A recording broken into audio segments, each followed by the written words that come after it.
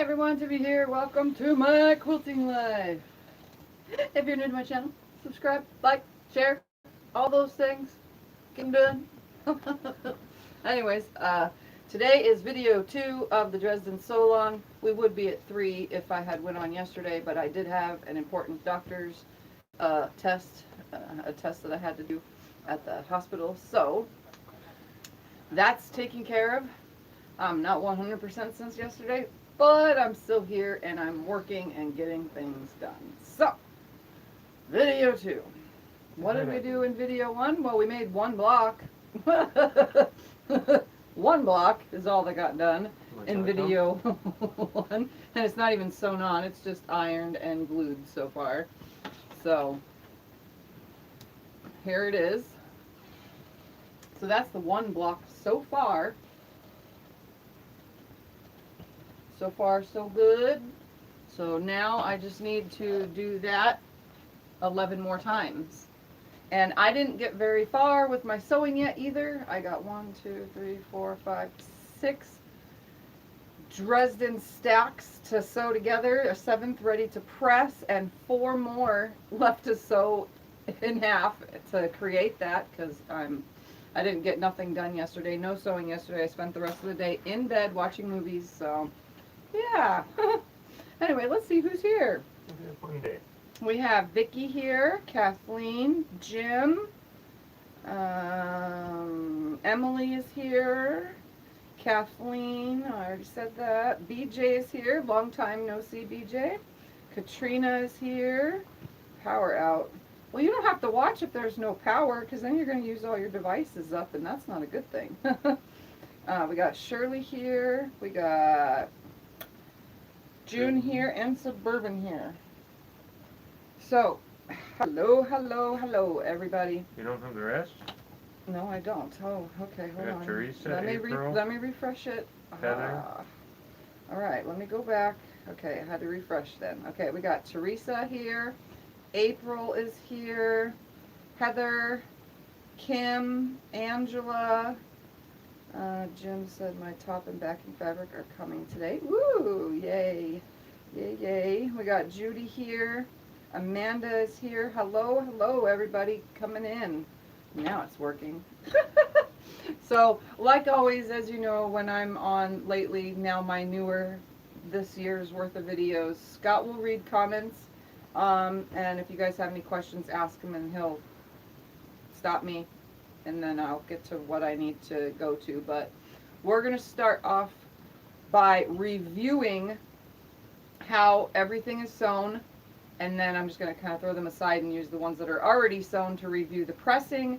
And you get the point, right? So we're going to review. And then today's block, we're just going to make one block again. If we can get more, that'd be great. Is going to start using the other fat quarters that we have, the lighter ones from the bundles. Because I know most of us got dark and light pretty good in the 40-piece bundles, and if you got the 20s, then you got just what you're using for your Dresden blades only. So, we're going to start off by how to sew these, and we're going to bring the camera close to the sewing machine so that you can see me sew these together. You want me to bring it over? Okay. Got it. Okay. Hi to Carissa and June. Hi Carissa, hi June. Judy and Margaret. And Margaret. And hello, Mary. and Mary. Alright, so you guys are close enough to see. I'm pretty sure that is a good angle right there. And I have the chat right here. It's just I don't pay attention to it as much. And another June. We got 2 Junes. Hello, June. Alright, so what we're going to do is we're going to take one Dresden blade. Again, this is reviewing how it's done. One blade. I'm going to fold it in half onto itself like this. So right sides together at the top, at the big wide part, not the bottom part, the big wide part.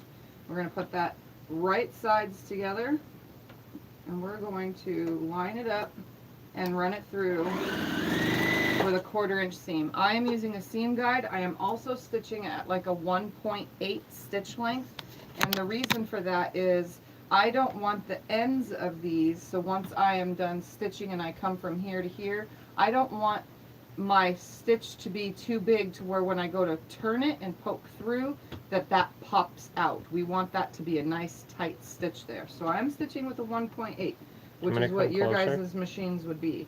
No, you don't have to. So I'm just folding them in half and sending them through, and I'm chain piecing the whole 20 lot of them. Hi, Laura. Hi, Laura. Hi, Nita. Hi, Patricia. Hi, Patricia. Hello, hello, hello, everybody. So, I don't know about that, Emily, but thank you. Tell me, or tell Scott, because he'll read the comments. I kind of see them. How far are you guys? Did you guys keep sewing, or were you waiting for me? Because I'm, like I said, behind because I didn't sew yesterday, and I tried to do some stuff this morning. So, just so that we could be on a good enough schedule to have this Well, not Margaret last forever. Asked how you're feeling. I have a super stomach ache, like as in super duper annoying me stomach ache.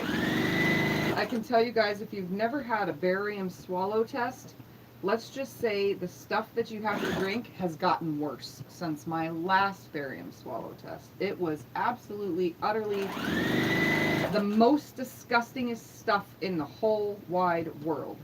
I don't know why they can't create a radioactive drink that highlights the belly that makes, I don't know, that tastes good enough to swallow, or maybe find a different way to insert it into our bodies, because whoo-wee, that stuff is disgusting. It is now in powder form, and they had to shake it up, and it had chunks, and then she shook it up some more. I was like, it was just disgusting. It's not like a milkshake. No way. And because the one flavor that they have, I'm allergic to lemon, so I couldn't have lemon. And the one flavor that they have, the main flavor that they give everyone, is lemon, is strawberry lemonade cream. Oh, yeah. So I didn't drink that, obviously, because it's lemon. But the one that they offered me to not have lemon in it was cherry. And, well, I wish I wasn't allergic to lemon, because the strawberry lemonade cream probably would have been better than cherry. Absolutely disgusting. Patricia says, love your other videos. You're a very good teacher. Thank you, thank you. Hi, Joe. I see you in there. Heather says hi. Hi, Heather. Hi, Heather. Oh my goodness, Nita, I see that. Did you see Nita's? Yep. My last one, I was there for a long, long time, and then yesterday I was there for almost 5 hours. It was absolutely horrible. Horrible. But Laura has 8 tacked down with the adhesive. She's stitching 4 more together right now. last one for this set of 20. Again, right sides together at the top, fat, wide side. Not the skinny 1-inch side. It's at the top, fat, wide side. So then we have a chain that looks like this. And just because I can on video, I'm going to show you guys what a barium swallow, if you don't know, does when you're in the getting the test done. The radioactive drink highlights your intestinal tract. You guys want to see what my stomach looks like with a bunch of stuff in it? Teresa's not seeing the video feed. What should she do? Just go out and come back in? Yeah, go out and come back in. That is my belly with the drink in my stomach after 15 minutes. That's as far as it got. That's what it does. Wait, hold on. Hi, Paula. Just because I can show you guys. Here's 30 minutes later. Well, actually, technically 15 minutes after the original. Pretty crazy, huh? So it highlights your intestines. And then when it goes all the way through, this is what it looks like, and it really wasn't totally out of my stomach yet. So the doctors can, like, see whatever tangles and stuff with that radioactive highlight stuff in the system. So that's what it looks like for those of you who don't know what a barium swallow test does. It highlights the intestines so the doctors can see my tangles and or blockages and or stuff like that. I thought it'd be funny to show you guys because it's there. And I have the pictures. All right. The next thing is to separate all of these. Okay, well, did you hear me? What? Laura has 8 tacked down with the adhesive. She's stitching 4 more together right now, so she's actually ahead. Okay, I don't know awesome. about everyone else. Heather's not sewing. She's waiting on her machine. Oh. All right, so after I separate these, I'll show you before I press them my little tip, because we're just going over what we did Monday. Just a quickie, though. Vicky's making food. They're all going to make me hungry here. It's always about the food. But we have to eat, because that's what nourishes our bodies. Yes, Mary, my neighbor man was telling me that the other day. He had that when he was younger. Okay, so there's 2 ways that you can do this. The first way is Missouri Star does it when she teaches hers, which is very simple videos. If you guys follow Missouri Star Quilt Company, is leaning it to one side. Take that end. We're on the fat end we just sewed. Leaning it to one side and flipping it through like this, and then taking your pointer. Most, except for the Missouri Star one, it doesn't come with one, so you would need a hair marker or some kind of pointer. Take your pointer and put it up in there, and then press it, you know. But the thing I find that makes it a little bit thick when I go to sew it is now I have a big bunch of seam right here on this side, poking through to this side, and it's really thick. And I don't like that. I don't at all. Now you can press the seam open before you flip it, so that would be opening this seam like this. Hi, Lisa. Come on. Giving it a good press open. Snip the end down to your stitching, just a straight snip right to your stitching, and then flipping it open up under here, like this. So you could do that if you wanted. And then it spreads out the rest of the double layer of fabric behind this tip. Again, I still don't find, even with an open seam down the center of this, that tip is, you know, pointy and crisp. You want a crisp tip. So the next thing you can do is take right at your stitching line, go above it, just like 2 stitches above it, and snip this end off like that.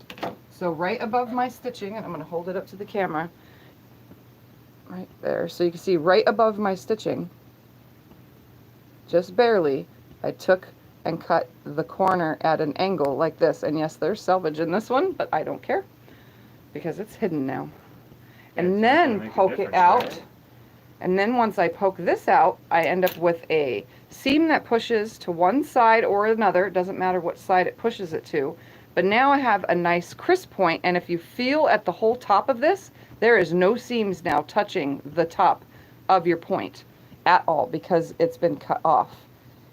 And it's cut off at an angle, so it takes it further down in there, so you have a nice sharp point. So you can either cut off the tip, or you can press them open like this, and then the seam will go to both sides, or you can just flip it like Missouri Star or any other place, and you can see, since I've flipped it and pressed it, that it kind of like bent that tip to one side. So you can do that flip and turn method, which saves you from having to cut all these tips off and point it out. But again, you have a lot of chunk right here on this whole side. It goes down to right there. So that whole thing is filled with seam, which makes it harder for sewing. So there's those many different ways that you can do it. I find just snipping that little extra bit off helps. And this one's already the one I snipped, right? Yep, it is. All right, so these I could just set aside until I snip them, and then we'll go over to the ironing board now and show you how to press them. I got it. Because we're reviewing.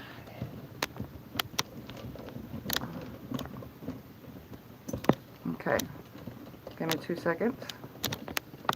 I want you guys to see, so we're going to put this down so you can see. Okay, go do your thing. Just like that. There. Perfect. Just make it. So now, these ones, Scott has turned them all, so that after they're turned, I have no seam in there touching. Teresa says hi, and she says that's how she does it too. She Yeah. cuts off the seam at And the then tip. you can take either your hair marker or your finger after you push out your point and push all your seams to the side they want to go to. Don't force it to any side. If it wants to fall to the right, let it fall to the right. If it wants to fall to the left, let it fall to the left. And what I do is I just make a nice stack of them right here. Yes, iron, I know. Like that. And then I just start with one. I line this up in the center so you can see that seam right here. You can either find your center by folding it in half and making a little crease on your fabric, and there's my center line. You can do that and then press it, or you can just eyeball it like I do. So I could say, ooh, right here, that is the center all the way down. So I eyeball it and then press it. And you don't need to hold the iron on it forever. I use steam, so it less time holding it. It steams it. So you just do this. And it, What's the name of the fabric you're using, Mary this asks? is the line, it's Bittersweet Lane by Kansas Trebles for Moda. I don't ever know how to say it right because I don't follow fabric lines, you know. I'm not that kind of quilter, I guess, that knows the fabric lines. I mean, there's probably tons of people that know, but I just like fabric, period. So this is just a client quilt, and I like fabric, so the only reason why I know this is because we bought it special for her. So that way, it's nice. And it doesn't take very long if you just make a nice row and just keep pressing them. Pre-press, press, and then stack them to the side. Again, all I do is stick the hair marker underneath, press it with my finger, find my center, which most of these block, it really is not that hard to find the center. And there is also a tool out there that finds the center. I know there's a plastic pressing one, and then there's a metal one that I just found out the other day on Monday from one of you guys out there, that there's also a metal one for making these perfect. Hi, Cherry. But I don't care perfect or not perfect. No matter what you do, they line up the same either way. So it's all about how you sew them and press them. So I just do these like this, and I just make rows of them and then press over. Scott had to take a phone call, so I can't see the comments, but I'm just going to finish pressing all of these right now. So I just find my center. Find my center, find my center,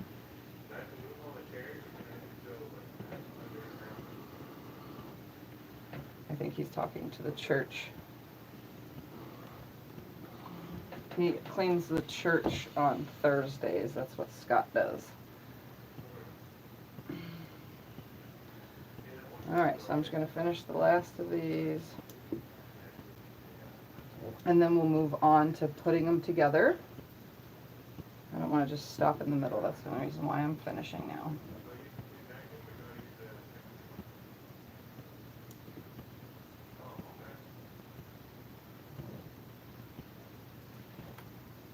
Alright.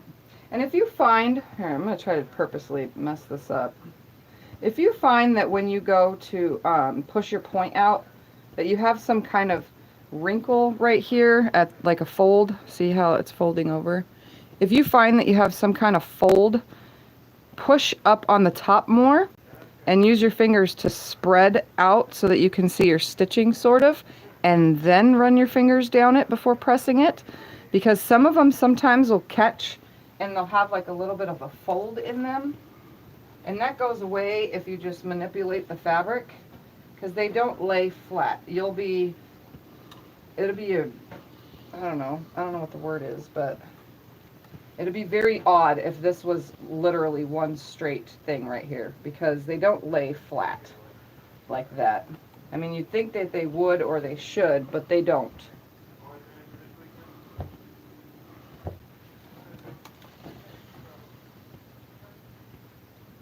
So there's that. 4 more for this stack at least.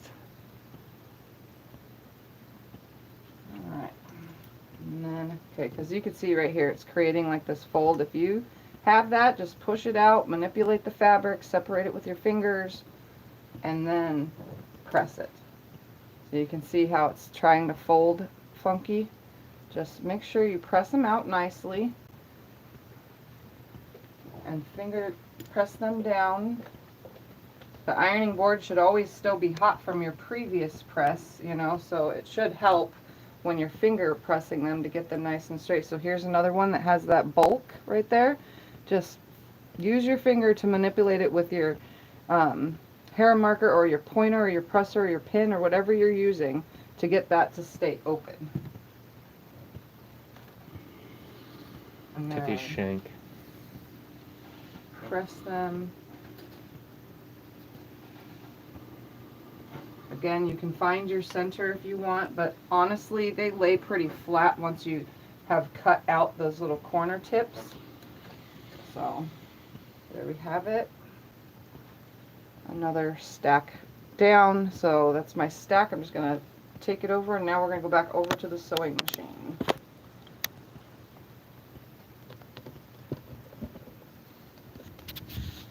And I know I seem like I go really fast, but because I try to keep my videos now to a specific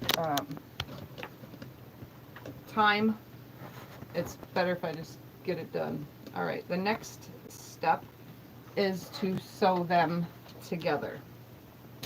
You can do this one of two ways, like I showed you on Monday. Monday was the first way. You can lay them all out like this in your order that you want them. Do you want me to come back then? Yes. Because I can't see. So let's just say I want to lay them out and go in a specific color direction and blah blah blah. And I want it to be nice and equaled out. And I'm really not, you know, being super picky because I'm not going to the rest of the way through this.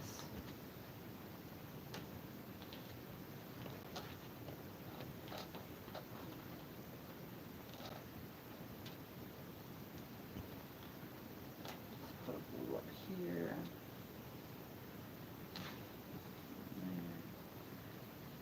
So you can lay them out in your desired order, especially if you're using, say, like 3 or 4 or 5 different colors. You want to lay them out.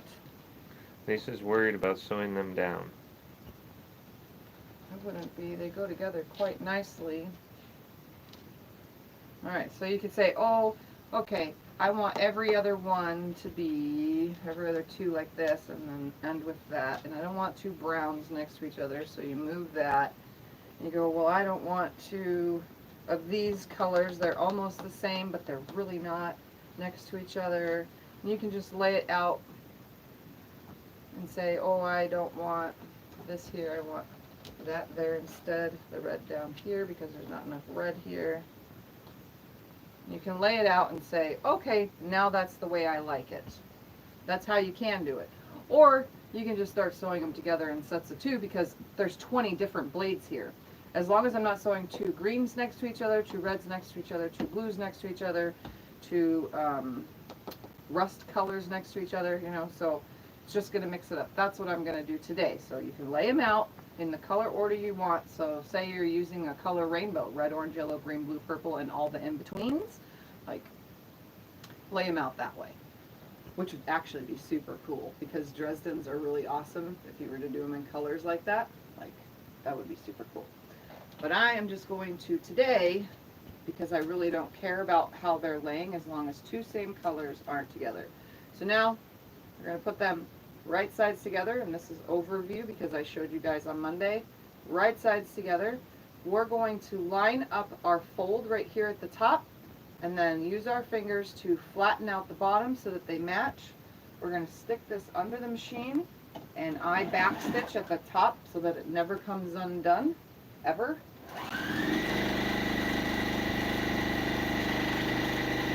And so on down. Now Monday I pulled it off, added the next, pulled it off, added the next. Today all I'm doing is just grabbing 2, putting them right sides together,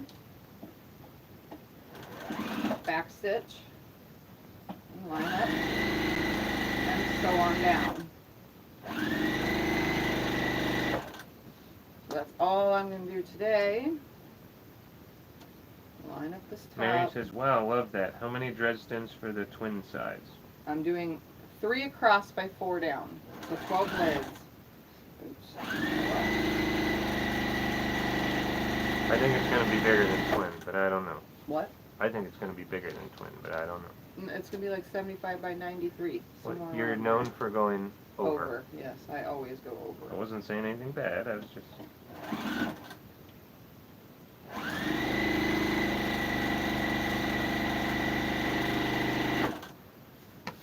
Alright, next two, again, I'm just sewing them together this time. I'm not going to care how it ends or lands. As long as there's 2 different ones next to each other. Grab the next 2, right sides together at the fold of the top, line up the bottom. You can pin them if you want, but there's really no need. Back stitch the top.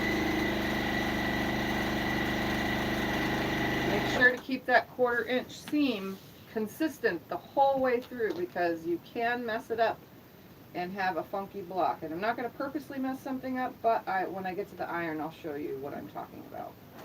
Because I've already had questions about not laying flat or not coming together correctly. Suburban singing that song. Red, orange, yellow, green, blue, and violet maker. Funny. So right sides together, right at the top. Pinch that. Suburban, did you read what I said earlier when your man was in Phoenix? You should have came with and came down and hung out with Tiff. So we're going to come up to the camera so you can see. So you can see this is the fold, this is the fold. They're going to go right sides together. And you're going to line up the top. I can't do this on camera when I'm not looking. I'm trying to look through the camera so you guys can see. Line up that top so they're flush, see? Then go to the bottom. Aw, Teresa, thank you. And then line up that bottom part right here, just like that, and sew them. Now you can see if you were to start from here, you see how that one, that second one is longer? They never come out the same. Some will be at least 1/8 of an inch longer. It just depends on how the fold happened at the top. So I'm going to go sew these, and that's how I'm sewing them.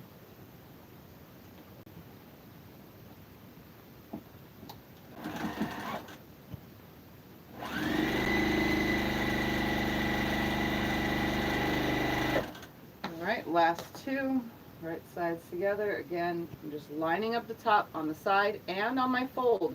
And if they don't match across the top, it's okay. They might not. Don't be scared that the top, because all these folds are not created equal. Some may have pressed out differently than others. It's not a precise thing. And it doesn't matter because we're stitching around it anyway. So honestly, it doesn't matter. So I'm going to slide this through.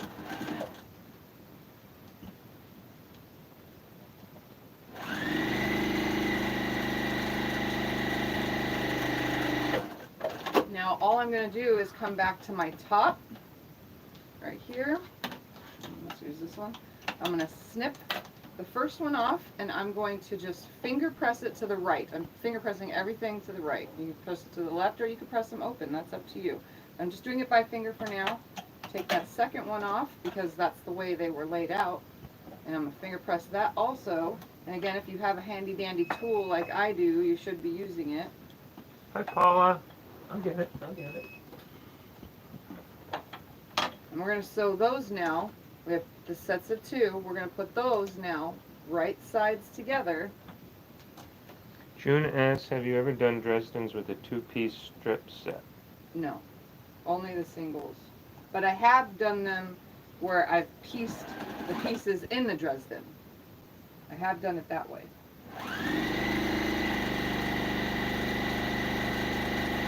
So now I'm chain piecing a lot of them. So the next thing I'm going to do is grab the next 2 that were in that row and hook those 2 together as well. I'm just going to let this sit on my lap. Paula's granddaughter had a baby boy today, so now she's a great grandma. Ooh, that's awesome. Congratulations. So again, I'm just pressing it to the right. I'm going to press this one to the right.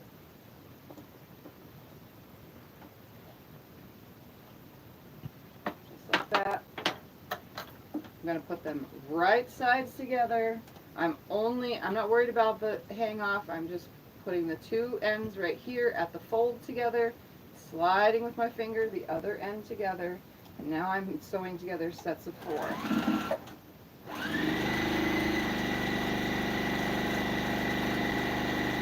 So I'm going to grab my next 2, just like this.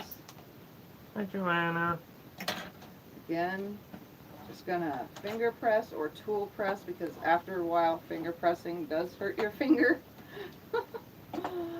And I think the tool gets it a little bit flatter. You got to open your seam up though if you're doing finger or tool. And Scotty, hold this to the camera so that they can see how much of a difference some of them hang over than others. They don't always line up. Hi, Joyce. Hello and welcome, That is everybody. a big difference. So you can see there's a difference. Don't worry about that. That is not a big deal whatsoever. Now, if it's hanging an inch over, then you have a problem. But that 1/8 of an inch, it's not going to matter because that's getting covered with the center circle anyway. So we're going to put these 2 together now. Line them up.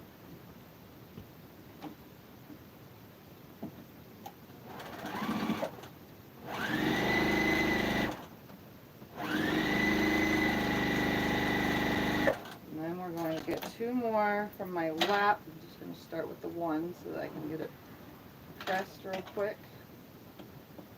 I do everything at my lap so that I don't have to get up 500 bazillion times, which is good when you don't feel good. Fifi. Huh? Katrina cut, she read the direction drawn on her drunken 4-patch. So her 4-patch doesn't match the larger one. Do you have any idea how to make them the same size? Like on a drunkard's path, you mean? Yeah, a drunkard path, yeah. Trim them down. So my Cut them 4-patch down. don't match the larger one, so I need to figure out how to make them the same size. You have any Cut the ideas? larger ones down to the smallest size block. Trim them all down to the same exact size. Yes, Suburban, this is a client quilt. Yes. Anytime you're making blocks, say 4 of your blocks are 4.5 inches finished, right? Say 3 of them ended up 3 7/8. Trim them all down to 3 3/4. Now, if you have points in them, I don't know what to say. Then you're just gonna have to remake your blocks because you don't want to lose your points. Because most points have a 1/4 inch available at the top of them, so you don't want to miss that. So I would say make 3 new blocks instead. But if all but 3 were perfect, just trim all the other ones to the size that those 3 were. You know. I would say do something like that.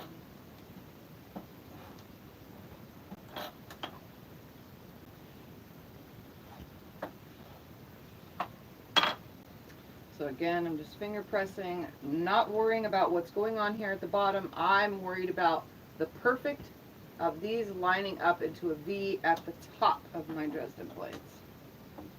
And it's never perfect, obviously, but we're just looking for a nice V shape at that top point. Katrina says, I didn't want to start over. I'll try that. You gotta remember when you're a newer quilter, it's not gonna be perfect. Nothing's perfect. Alright, so now I'm just going to separate all these sets of 4 and place them onto my lap. I'm gonna finger press them, put them on my lap. Hi, Auntie Ann. Hello, hello, hello, everybody joining. Just gonna go like this, because now they're in sets of 4, and I'm gonna hook them all together into sets of 8, and there'll be a 1 thing left over, and then that hooks everything together. And you're using your cool tool from T.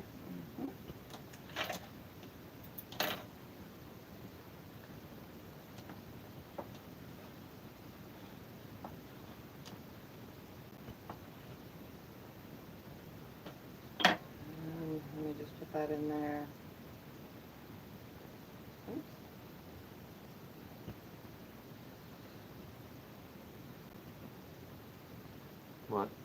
One of the kids, something? No. Okay.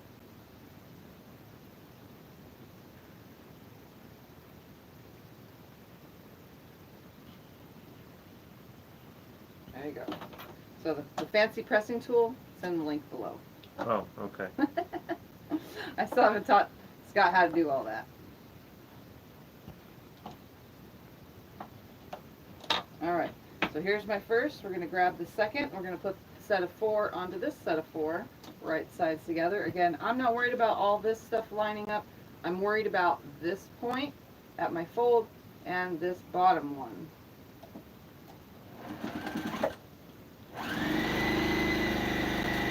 So my 1/4 inch seam. And I'm going to just open this one up now, finger press it, or tool press it. Grab my next one, put that on top. Auntie Ann is still cutting her blade, she says. Well, the videos are here for those of you who are behind or wanting to do this later on and don't have the stuff to do it now. I know some people were waiting on companies having the Dresden blades available. And Laura's loving making the Dresden plate. She says, I think I'm going to make a July 4th one as well. Oh, that's good. Make it like firework bursts, all sorts of different colors. That'd be awesome. Alright, I'm Hi, going to grab BB. that next one now. I'm going to put it right sides together where I ended, not where I start, where I ended. Line those two up. I don't care about anything else as long as these two are lining up.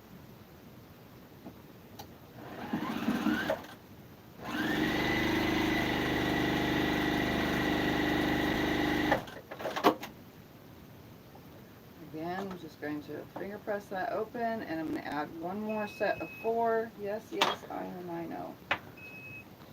Last one. Line the two here at the top and at the bottom. Bourbon says I would love to make one out of the Keats. That'd be cool. Yes. Alright. And now to connect them. Because now I have the whole blade Do you want me to come in like closer for that? this. Instead of last time how I built it in sets of 2, like that, and then had 2 sets of 10 to put together. Now I only have this last seam to go. Do you want me to come in closer for that, or is it No, good? that's good.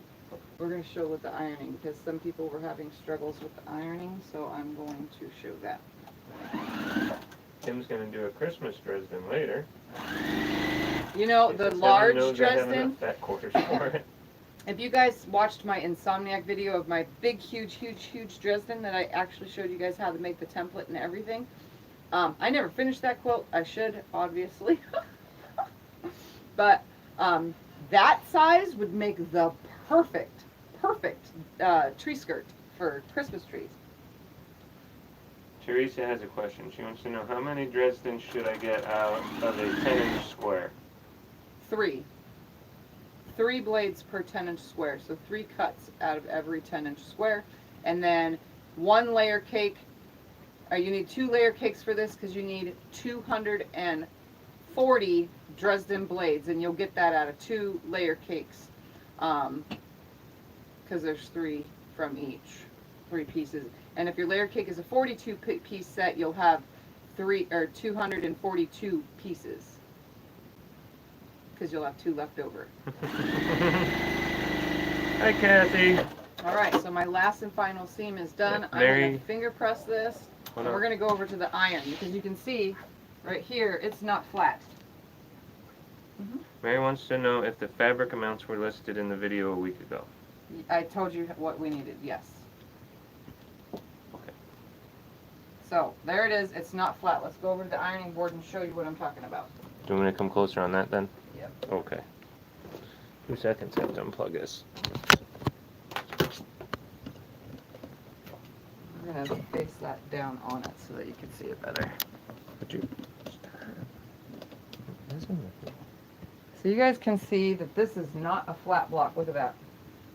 No flatness at all. Now, if you are super duper unhappy with it, don't worry about it. because this will press out. Now, if it doesn't press out, I'll show you what to do, but this is going to press out. So we're going to flip this upside down. Everything was pressed to the right. So all we need to do is come in with our iron and start like this, pushing all those seams that we pressed to the right, Just going around with the iron first so that everything is going the way we finger pressed it from the iron itself. And try not to grab your blades because that happens every once in a while. If you have a small iron, it probably will work better. Do you want one? You have 10 other irons, No. my love. Now I'm going to go around the edge and make sure all those are pushed down to the right. You seem to only like to use this one, but you have many others. Okay, so you can see it's still not flat. Look at that. Still not flat. But when you flip it over, you see, if this is too much of a bother and it really is bad, what you can do, so say it was like that. What you can do is come over with that seam only and stitch that seam like a hair or two. Start from the top because the top's going to be flat still.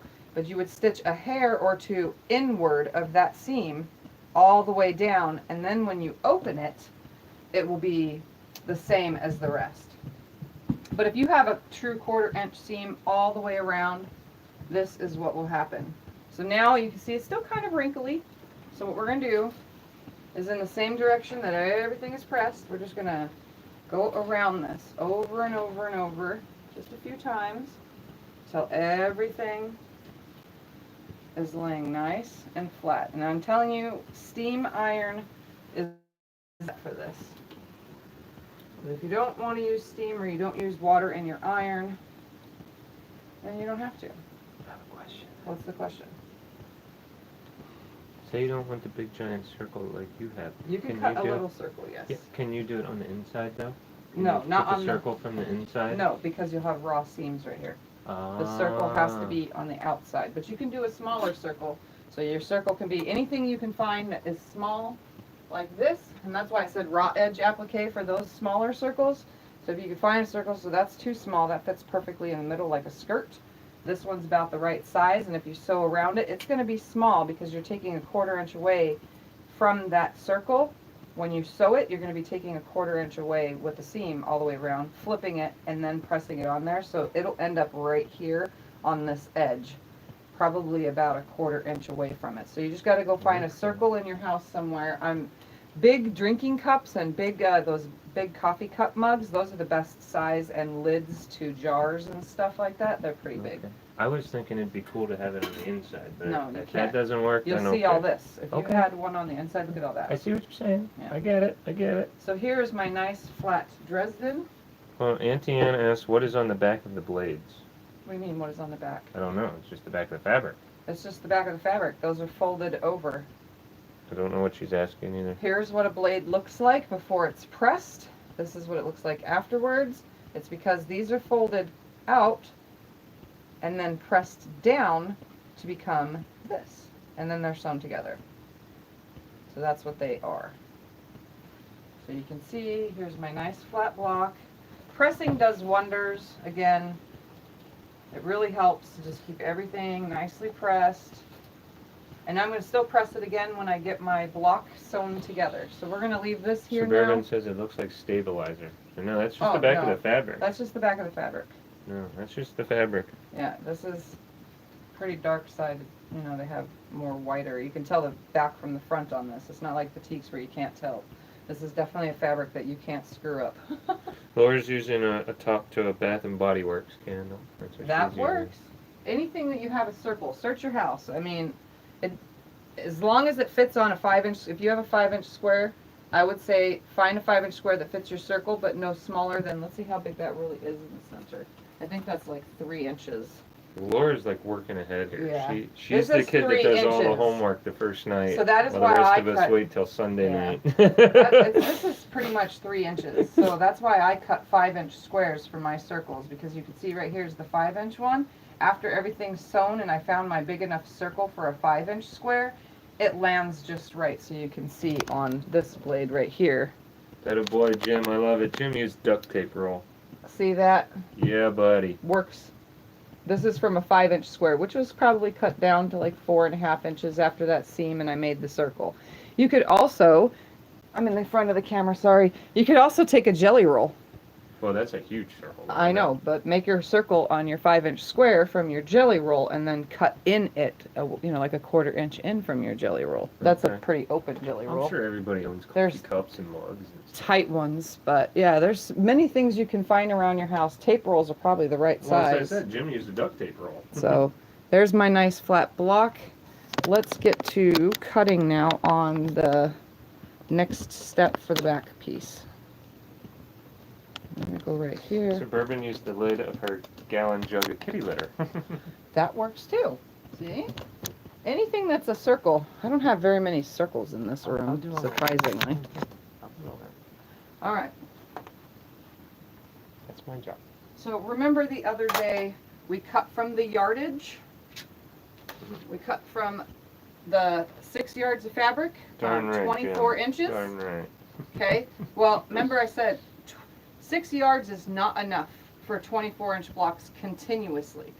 If you're just cutting straight 24-inch and then flipping it and then cutting at the 12-inch mark, you know, to have a 24-inch block. So when I turned my block to get this leftover piece right here, instead of having 2 cuts, I have 1 nice cut. What I'm going to do from this now, from this leftover piece that I'm going to press first, because I press everything. This is not starched. I am not starching anything. You guys can if you want, but I haven't starched anything.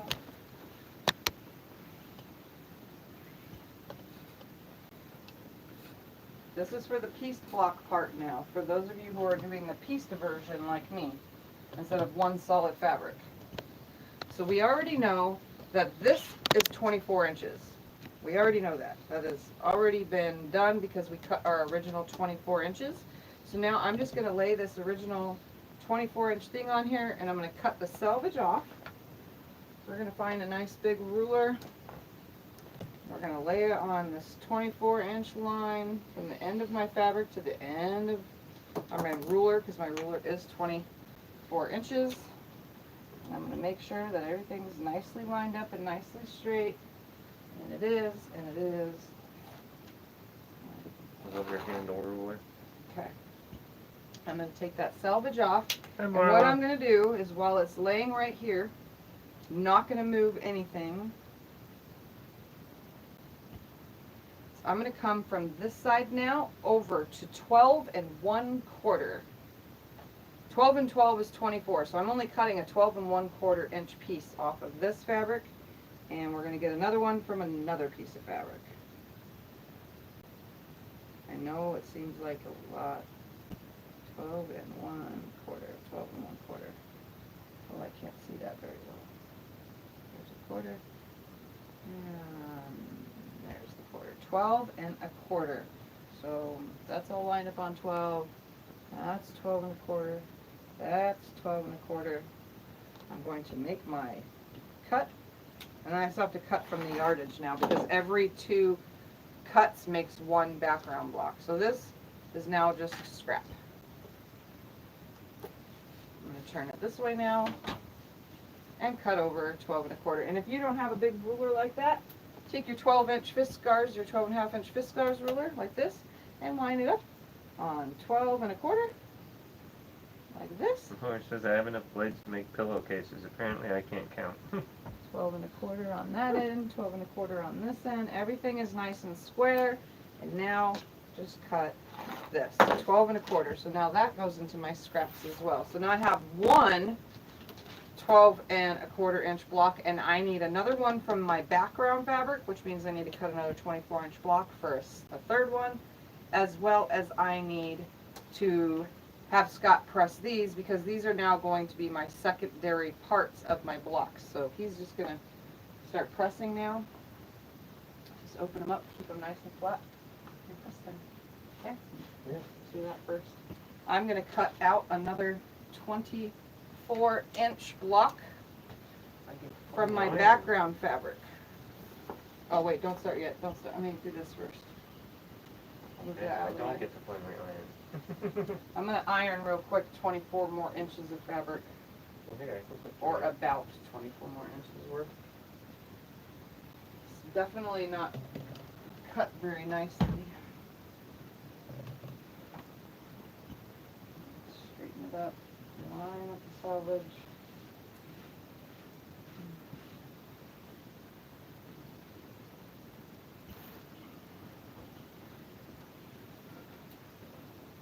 So I'm kind of just ironing my 6 yards as I go. You could probably pre-iron it. You could have pre-ironed everything, but I'm just doing it as I go. Unfortunately, it wasn't very flat when I got it. Other projects, I don't really iron as much.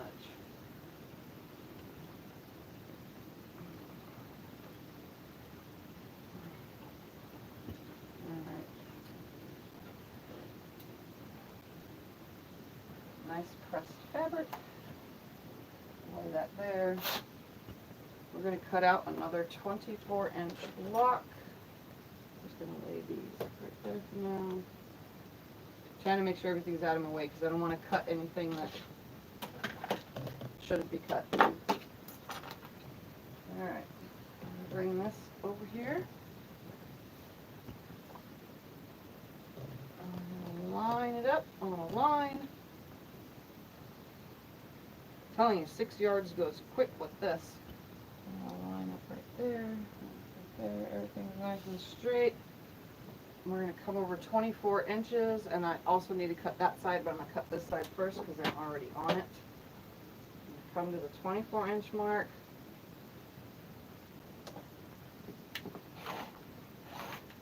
Like that. We're going to move this out of my way. We're going to put this straight edge over here, just like that. Line it up. And now I'm going to straighten this side because it wasn't straight. 24-inch line. Alright, the next step is to open it up. Again, you don't have to open it. I'm going to go over this again. You don't have to open it. If you are using 8 yards of fabric, like I said, you could use 8 yards or 6 for what I'm doing because I'm piecing.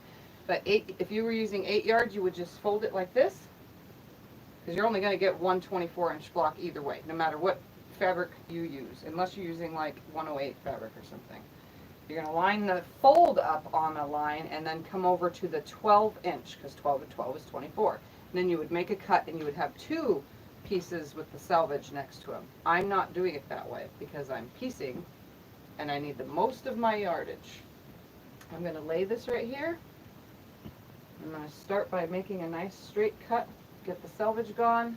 Again, my ruler is 24 inches. So all I have to do is line it up straight here and straight here because those are nice straight cuts. Get rid of the selvage. Goodness, Jim found 108s on eBay for $7.50 a yard. Awesome. Good deal. And then if you don't trust or have a big enough ruler, you can always just fold it in half like this. Can I start ironing now? Yeah, oh yeah, start ironing. Oh, okay. Sorry. I didn't You know. can line it up like this, line up both of your straight edges that you just cut, right here, just like that. Come over, everything's straight, lay it up on a line, just like this. Come over to your 24-inch mark right here and make your cut. So you have one solid non-pieced block you're going to get from here. And then you're going to have the leftover to make your next 12 1/4 inch. So here's a 24-inch square. So this is for one Dresden right here. I'm just going to fold it out of the way and put it on the ironing board because it's not needed right now. I'm showing you guys how to make the piece Where one. am I putting these when I'm done? Just make a pile over here, Yep. or do you want them over there? A pile over there is fine. I'm just going to keep this lined up nicely. We're going to line this up on a line. Since they're talking about buying fabric on eBay, do you want to tell my horror story? About what? Buying fabric on eBay? I don't remember. The see-through fabric that I bought Oh, you back yeah. then when you first Be started? careful when buying fabric on eBay because we purchased fabric on eBay before and it turned out to be trash. like literally the see-throughest, see-through, non-good fabric in the whole wide world. Yeah, I bought it for you thinking I was helping. Yeah. So I'm going to line my 12 1/4 inch up right here. Right, I'm going to oversize it just a little bit, and then we'll trim it down.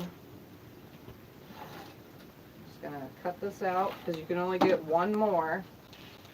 So again, this will just go, actually I'm going to cut that off right there. I'll go with my scraps. Like that. And I'll put my scrap pile over there. I'm going to turn this block around. That nice straight edge that I just cut, I'm going to line up. Laura says, my plates are sewn together, so now I'm going to relax and learn from you, Tiff. Awesome.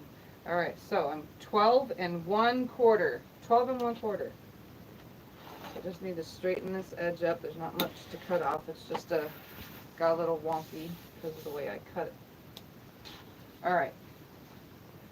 Now, I'm going to move that out of the way. Is that going on the back of the circle? Is that what that is for? I don't know what you're actually doing. I'm making a pieced block. Just watch. Alright, so now we have two 12 1/4 like this. And now those fat quarters that we were pressing, that's why I said we needed so many. I'm going to grab some. If he has two pressed already, we're going to grab those. Here, I'll hand them to you. Just so I have the pen. Just two. I That's all I need. I don't have to. Alright, fat quarters are only 18 by 22 or 18 by 21 depending on the brand. So you're not going to get what you think out of it, but all we need is a 12 1/4 inch square out of all these. You cannot get two out of it because it just doesn't work. There's no way to cut them and get that correct amount. So what I'm going to do is turn this to the side. I'm going to cut my selvages off at the same exact time. Today, notice I'm not left-hand cutting, I'm only right-hand cutting. Alright, so I'm going to cut that, and I'm going to turn it around. Huh? How's your hand feeling after all this? You've been working a lot here lately. That's fine. We're going to line this up now using my mat as my guide. That's nice. We're going to come over 12 1/4. 12 1/4, just from the bottom. Again, you're going to have scraps. The scraps are for the second project because there's a second project coming from this if you guys want to do that. Alright, so I'm 12 1/4. I cut two at the same time. This is going to go with my scraps. So I'm going to be using those. I'm going to turn it again. I'm going to straighten up one side because it is kind of wonky because it was a fat quarter and they're never straight. We're just going to use this ruler now because I have my 12 1/4 inch. Lining it up. It was really wonky. Look at that. What a waste. What a waste.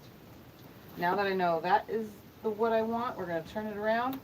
We're going to line this up on the 12 1/4 inch. Following the ruler, it's 12 1/2 inches, the ruler itself, but I'm just going 1/4 inch from the edge, which has a line itself. It's not dark, it's light, but you can tell that you're on it. Okay, lined up, lined up, lined up. All that's lined up, 12 1/4 inch. Cut that, and again, this is going to go with my scraps. Just going to throw that over there, and now I have two more, but different, 12 1/4 inch squares. So now I can put both these rulers out of the way, and we're going to take these and these, and we're going to create a giant 4-patch. That's right, a giant 4-patch. And since my background fabric is directional, I'm also going to make sure that those stay going in the same direction.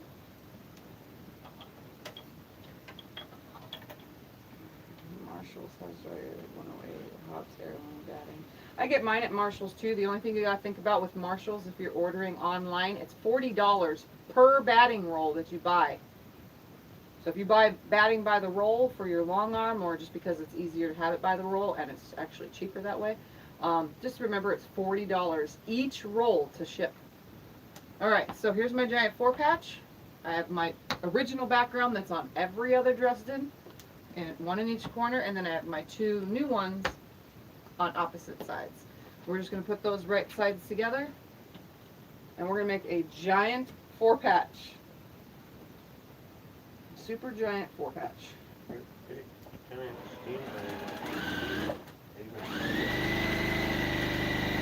Just lining them up, making sure they're staying nice. This is why we got so much fabric and the 40-piece bundle, because it has darks and lights in it, and the lights are going for this, the darks are going for the blades. So I'm going to line these 2 up. I'm going to send it through, 1/4 inch seam all the way down, making sure it's staying nice and lined up.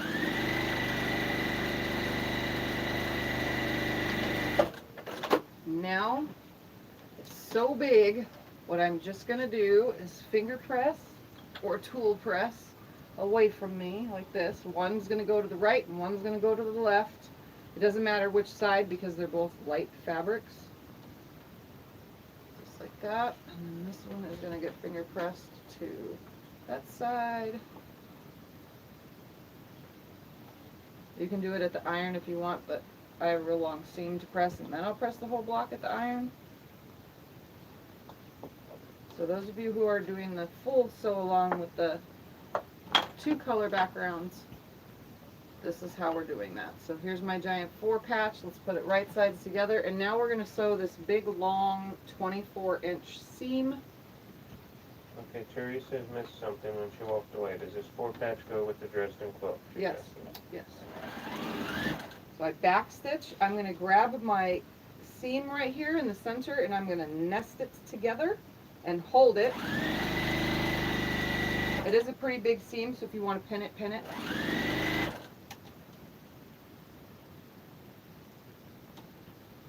Hi, Christina. Sewing a 1/4 inch seam. I'm stopped in the middle of that seam, and I'm going to match up this end now. They're talking about quilting retreat. Is Becca going to do a quilting retreat? About what? Isn't Becca doing a quilting retreat? They're talking about quilting. Yeah. Stephanie and Becca. Okay, well, Alright, so now I have one giant, you see that? One giant 24-inch now. It should be 24 inches. So you can lay it on your mat and go, oh wow, look at that. 24 inches perfect there. Once it's pressed this side, because the seam isn't pressed yet, lands perfect right there. So I have one big 24-inch. It needs to be 24 inches to match all the other blocks. So here's now our pieced part for the back of the Dresden. So as soon as Scott's done pressing, we're only going to be able to make 4 of these. So the quilt is going to go 3 across by 4 down. 4 of these are going to run through it, because with the extra cuts, there's still fabric left. Like I said, all that's getting used for my secondary project. So, all right, I'm going to press this now because it's such a big seam. I know I got to press them as they go, so I'm showing them one at a time. Do you want me to turn this? I'm just going to press this real quick at the iron from the back side first and just push the seam the way I want it to go. Just really nicely, and then I turn it to the front and press it better. Do you want me to come up closer, or? You don't have to. This is they know how to press big normal seams like this. All right, so now I'm just going to press from the front, making sure that it is super duper duper flat. But you have to come over here anyway, because we're going to show how to put the Dresden on here. Well, good Lord, thank you, Katrina. Katrina's mailing you off a medium square priority box of fabric. Aw, thank you. That is very kind of you. All right, And so now I have... according to her, Cliff's the one that said they should do it, too. She said, Sherry doesn't need any more fabric. All right, so here's my giant 4-patch. I want Scott to come up here with the camera now. Okay, now I'm coming up? Okay. I'm going to take all of this.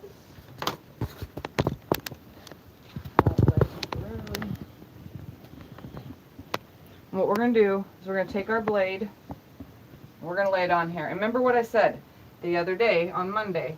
You can line your blade up with the points. So if you made creases in your original blade, you can line up with the points that you made your creases. best way to line it up. But you also got to think we're taking away another 1/4 inch seam right here. So you're losing closer, you're getting closer and closer and closer to your Dresden blade. We really want these Dresden blades to shine. We want to see the background fabric as well. So I am lining mine up where the V of the Dresden lines up with my fold and or seam now, because we're using a seam for these pieced big background blocks. So now you can see, look at that. That looks amazing, right? Yes. You can turn it and flip it to where, say you only have dark fabrics on this one side and you want them on the lighter fabric that you used. You can turn it to however pleases you.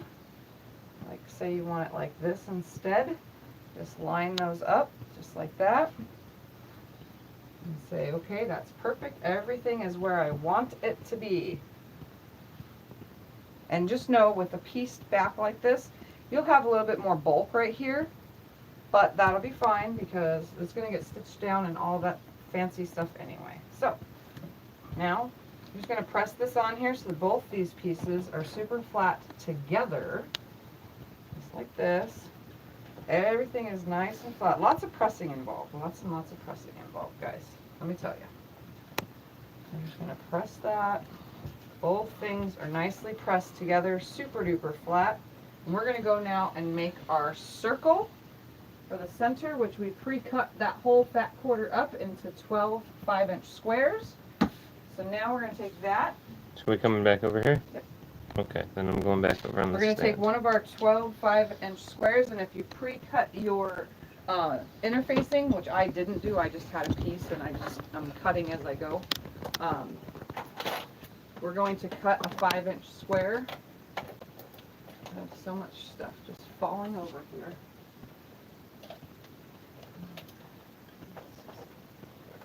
There we go. Yeah, Tiff doesn't have any quilting friends in person really either. Nope. Alright, so I'm going to cut a 5-inch square out of this. But there's quilting retreats. Becca's having one, and who was it you were saying with her? Becca and Stephanie are going Becca and together. Stephanie. There's quilting retreats you guys can go to. Yep. Okay. So I'm going to cut a 5-inch square to start of my interfacing. Remember, I cut one of the fat 1/4s from the whole entire thing. I chose one with the biggest print of all to be my centers. So now I'm just going to toss that out of the way. We're going to take this 5-inch square, and again, I'm going to fold it in half onto itself, and then fold it in half again. And I am going to create a circle on it. So you just take your circle, whatever circle you chose to use, lay it on there. Of your candy lid And circle. you can actually just take a rotary cutter around it, probably, like this. My circles will not all be the same exact size or shape. And now I've created a nice big circle. It doesn't look very circly, right? But once I sew it onto my fabric around the circle, it should be good. So I'm going to lay this on here. I'm going to put pretty side up of my fabric. Then I'm going to find on my interfacing the rough side. So there's a smooth side, there's a rough side. I want the rough side to face the fabric. And put it rough side down. And actually, a candy? Yeah, sure, why not? How about a mint? There you go. If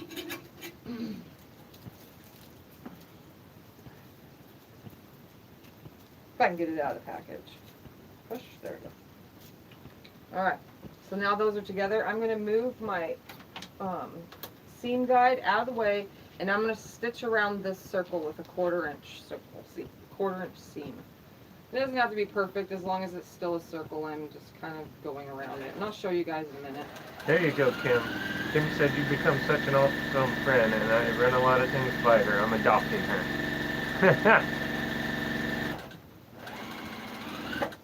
I kind of just make a circle, honestly. It's never perfect. I'm going to fix this area right here. Marla asks if you're going to Stephanie's retreat in Ohio, my love. It's only 40 miles from her house. That one's an I'm not sure about at this moment. Okay, so you can see right here, I sewed around my circle, and there's more than a 1/4 inch that I sewed, see? Because I'm just going to cut that away. They're all going to be different sizes. They're not going to be perfect. They're not perfect circles. I'm not drawing the line. You guys can draw your circle. I'm not. So I'm just going to cut it away. Probably be best if you did draw your circle on your interfacing first, then sewed it, and then cut away. But I, however, could care less. I like the big circle. And then once it's cut, I'm going to go ahead and cut right up to the stitching all the way around, just to create right up to the stitching, just little slits all the way around, which is going to allow my fabric to lay flatter on the inside. Just going all the way around. That means, Kim, you need to come out and visit sometime too, and do some cooking. And then, what's that? I'm going to separate it now. I'm going to separate, like literally separate that fabric. You don't want that fabric in the way at all. Separate it all the way. Make this top part kind of flat. Closer on that? Hold on, let me come up closer. It's kind of far, even though this thing zoomed in so much. Oh, it is unplugged. So here's the interfacing and the fabric. You can see that the fabric is wrong side out and the interfacing is smooth side out. Because remember, we put it rough side to nice side, to pretty side. We're going to separate it like this. Get that fabric all the way out of the way, completely. Make a cut like this in your interfacing, or stabilizer, or whatever it is you guys want to call it. Kim said just as soon as I win the Powerball. Then we're going to flip it completely out. We're going to try not to rip too much of that interfacing because it rips really easily. And we're just going to use my finger first to go all the way around my circle, or my oval, because technically it's not very circly. Oops, and see, I snipped past my stitching. Don't use the sharp end of the shank. Turn it around. What if you use the rounded end? Yeah, I do that, but I gotta fix that real quick. So I'm gonna go re-sew that real quick right in that little area. Because the circle is rounded, so use the rounded end. And stitched. I clipped beyond my stitching. Let's see where that landed right there.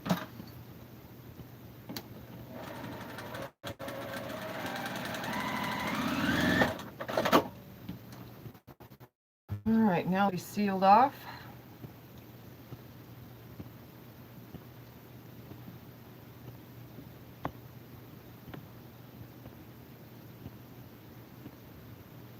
Okay, so now I'm going to stick my rounded end against the fabric, not the stabilizer, just like this. And my circle is not very circly. And there's my circle. Again, it's not perfect. I don't really care about that. You guys can do the perfect way, which I'll show you real quickly because it's right here. Your perfect way is this. Taking your interfacing. I guess we can do one perfect one. I'll just stay up closer. Here, do you want me to get it? You hold the camera? Okay, never mind. Take your item that you used on your 5-inch square. Draw your circle just like this. And see, it's going to finish about that size. And I personally would cut around it just a little bit bigger. That way it ends up the size of your circle. Just like that. Paula says to me that I'm learning so much. Yes, I am. So that's how you would normally do it, which would be sewing your circle and then stitching on your circle. So that's how it's done. I'll put that there with that one. Put the pin away. Okay, I'm going to go back on the stand now. So I'm not wobbling. We're ironing now. Okay, so then I'm bringing the stand back up there? Okay then. Okay. That I can do. So I'm going to center this.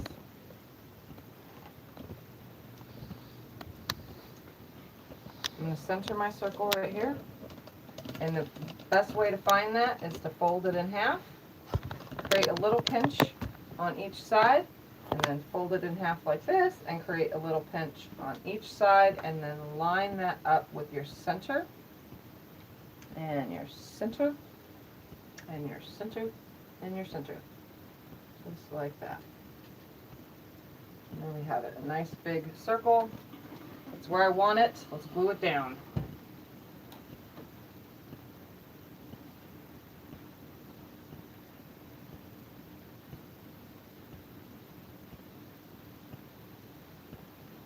And go press this out now like this. And then I'm going to take my stitch witchery. I'm going to take my stitch witchery now, and I'm going to cut off 20 pieces of it, 20 small little pieces. And I'm going to insert those 20 pieces underneath all these tips. You can glue if you want. I don't have any glue. You could probably use regular glue if you wanted, like Elmer's stick glue, but I think this works better because I'm not sewing all the blocks today, so 1, 2, 3, 4, 5, 6, 7, 8, 9. Why is it I think this one looks way better than that one? 11, 12. I gotta admit, honey, 13, I like that one better. 14, 15. You know it? Mm-hmm. This one on this side. 17, 18, 19, and 20. So I cut 20 pieces from my stitch witchery, and I'm just going to slide them in underneath all of these. Yes, Carissa, that is the guild here in town. That's why Tiff doesn't go, because she's tattooed and she swears a little. Yeah. She didn't fit in too well. I don't fit in too well. I mean, I do, but I don't. That's why she doesn't have any local quilting friends in person, really. I have a bad potty mouth, and I'm usually judged because I'm tattooed, and they think I'm some kind of bad person. But then they all have seen my quilting, and I've won quilt shows, and they're like, oh wow, maybe she is whatever. But they still kind of judge me. I don't know. It's weird. Sherry says this is a great tip. Always used to hold stuff until it was stitched. I don't want to pin it. I am not pinning it. You guys can pin all you want. Just know you need to put tons. I put about 1, 2, 3, 4, 5, 6, 7, 8, 9, 10, 11, 12, 13, 14, 15, 16, 17. I put about 20 pins in here. What was I? If I was pinning it, but I don't want to pin it because this holds it down until I'm ready to stitch every single one of them. Then I can just go from one to the next to the next to the next with the stitching. And it goes faster. So this might take a minute, but you would be pinning too, so pinning just takes the same amount of time as it does to cut all these and insert them under every single tip. I'm just making sure they're not sticking out beyond the blade, which they're not, so my pieces weren't cut very big. They're really small. I just slide them under each blade and hold everything nice and flat before I get to the pressing. Or I mean the stitching. And it'll hold forever because this is just hem tape. That's all it is. Okay. Everything's where I want it. Let's glue it all down. And notice I'm taking my iron out to them and then holding down on them. Suburban says, I'd quilt, cuss, and smoke with you if you lived closer. Yeah. I don't smoke indoors. We'd have to take our breaks to go smoke outside, but yeah. Kathy says, very pretty, Tiff.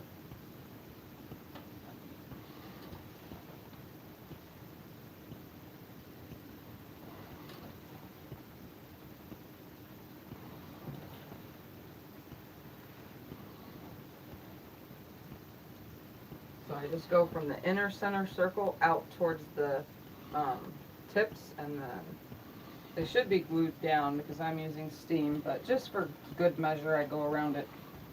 Yeah, Anita, our quilt guild was, I don't think it was that pricey, but ours was pricey too. Yeah. I think it's like $70 for a year or something like that, or every 6 months, I don't know, something like that. Anita was saying that theirs are too snooty too, and their price was $175 a year. Yeah, well, I'm also, nothing against anybody older, like seriously, but I am like 25 or more years younger than everyone, and I think because I do this that I'm a know-it-all, and I'm really not a know-it-all, I'm learning too, so I don't know. It's just weird. All Why right, is so it everybody's quilt guild they're saying it's, why is that? I don't know. We need So to start our own quilt now you guild guys here. can see that they're all stuck down. They're not going anywhere. I can move and throw this block around, and guess what? It's still flat. So until I get to the stitching around every single one of these, they are staying perfectly flat. So here is the pieced block now. Let me move this stuff out of the way so you guys can see the difference. Yeah, let's show them both. Like this. Or those. See which one they like better. Well, here, I'm just moving this, so just hold it. The stand is just annoying.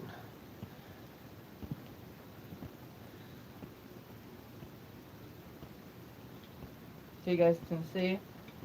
That is why we did the 40-piece fat quarter bundle with some lights and darks, because all the darks were mostly all pulled for the blades themselves, and all the lights are going on, well, all but, so there was 1, 2, 3, 4, 5, 6, 8 of the fat quarters that were light are becoming these background pieces. So 8 of them were light, and then from every 2 pieces that you cut of a one solid big 24-inch square, you will get 1 more 12¼ inch cut. So every 2 you get 2.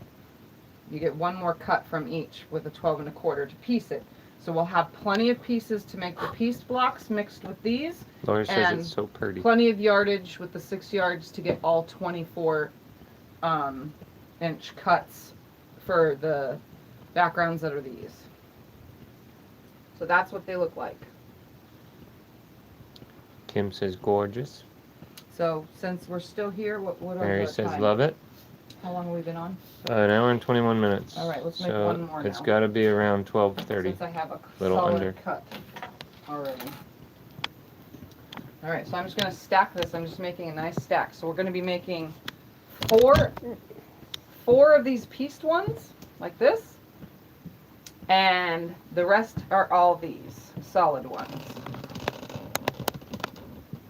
Emily says looks really great. Jim says it's going to be awesome. Suburban says So, beautiful. 8 June says very nice. And 4. That's how we're making these. And I'm just going to stack them here on the ironing board. I'm going to trip over the stand about 5 more times before I get it. Okay, so here's my next Steadied. 24-inch square. Is already ready. Just going to press it nicely. Hi, SL. SL likes the multicolored version. Yep, so do I. I agree. It's all getting blended into one quilt, so it'll look super Well, awesome. I think they all look cool. All right. I'm just saying, if I had to pick. Next bundle, we're just going to make one more now because I already got all the pieces ready. I'm just going to sew them together in sets of 2, 4, blah, blah, blah. So I'm just going to make sure no two colors are the same. I'm not even going to lay them out. I'm just going to make sure no 2 colors are the same going next to each other.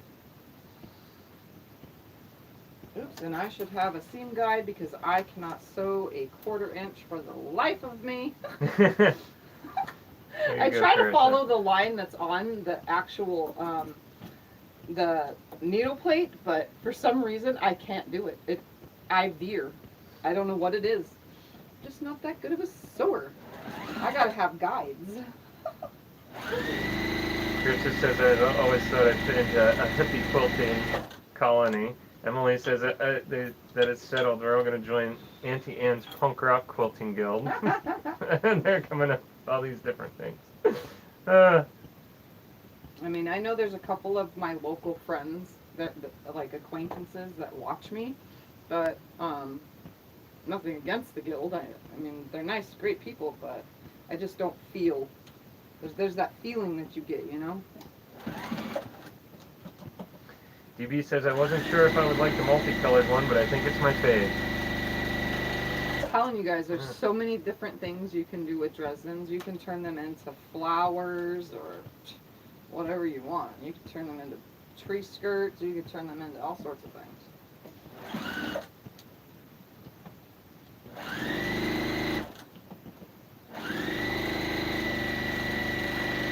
So this time I did not lay anything out. I'm just sewing 2 different colors all next to each other, and then also 4, and you know, so on and so forth. Okay, we got a real question. What? How big did you say the 4 patch was? The 4 patch. To make the 4 patch pieces, you're cutting 12 1/4, 12 1/4 inch. So 12 1/4 from the leftovers from one of your 24-inch blocks and from the leftovers from a second one. You're only going to get, for every 2 times you cut 24 inches from your yardage, you'll only get 1 extra piece. It was very hard for me to work that in. I could have made 9 patches instead, and we would have had smaller pieces, but I think that would have looked really dumb. So I went with the big 4 patch. That's why I counted in for 6 yards. And then from your fat quarters, from the 6 or 8 that you're pulling out that are light colors, I still have 2 light colors left, which I'll use for the secondary project. Here you go, 1 or 2 up there that I haven't ironed Yeah, yet. you haven't ironed them. It's fine. Here, I'll do And that from now. those, you just confused me. You're cutting 12 1/4 also, because 12 and 12 equals 24. Add 1/4 inch from this fabric, this fabric, this fabric, and this fabric to create the seam allowance, so that when you're done putting them all together, you get 1 24-inch square, or block, or whatever you want to call it.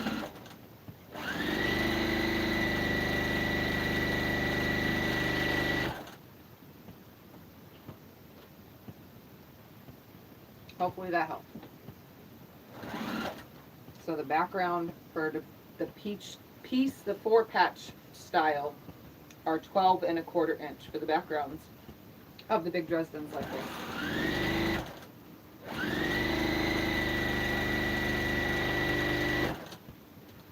Everybody still sewing?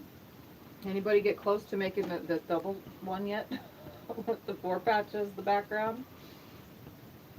You have me working over here, I can't read. You're gonna... 4, 12, and 1/4, 1 24-inch square. Yes. 4, 12, and 1/4 inch squares equals a 24-inch block. As long as you're consistent with that 1/4 inch seam.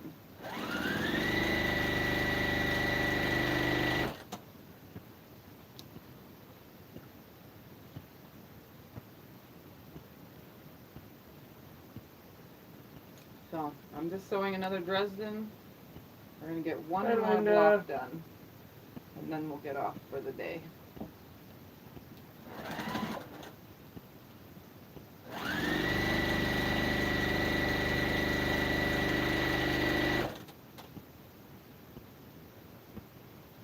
So I'm just lining the folded Dresden part first, sewing those up. You don't want to sew from the bottom because they're not going to line up then. You always have to sew from that top fold. And you can be persnickety and snip away any seams or any fabric that comes out in your finished V, because I always have fabric left in that from chain piecing. But I'm not being persnickety about it, so I'm not going to snip them away. I'm just going to leave them because they're going to get hidden once I'm ironed, and everything else is going to get hidden, and then I'm going to be sewing around it. So it's not a very big piece of thread. It's not even 1/8 of an inch probably.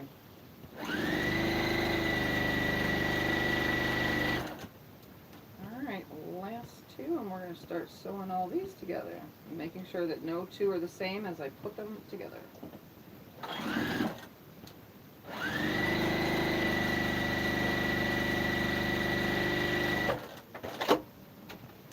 It's too late, Kim. I already read it. She did make me hungry. It'll make me hungry all the time. Then again, I'm always hungry. It's not hard. Alright, so now I'm just going to snip them apart, finger press them all to the right. I'm going to grab from my pile as I go around, putting them into 4s.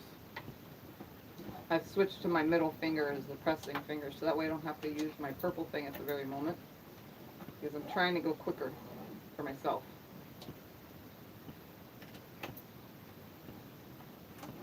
I'm hoping that this is a fun sew along for you guys as much as it is for me. And I just realized my little rooster wall hanging, find the rooster wall hanging with the mini, tiny, little itty bitty squares, totally like goes great with this whole thing that I'm doing. Like I'm looking at it hanging on the thing behind you guys. And it matches all these fabrics perfectly.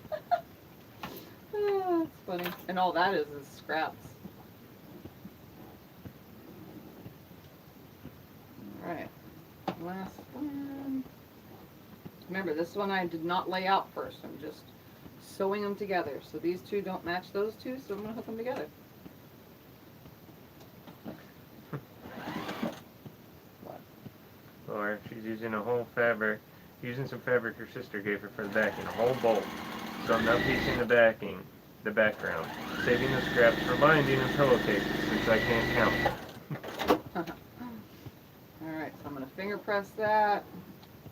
I'm going to sew another set on. Actually, let's do this one. Hi, Bettina. Not being too picky, but kind of like making sure that it doesn't look horrible. Oh my goodness, come on, sit over there.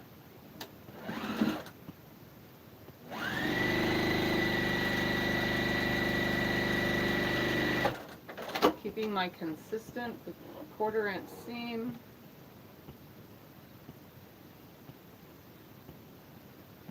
I don't know about that, Nita. My wife informed me just a few weeks ago that I was getting a gut. So, I don't know about that one.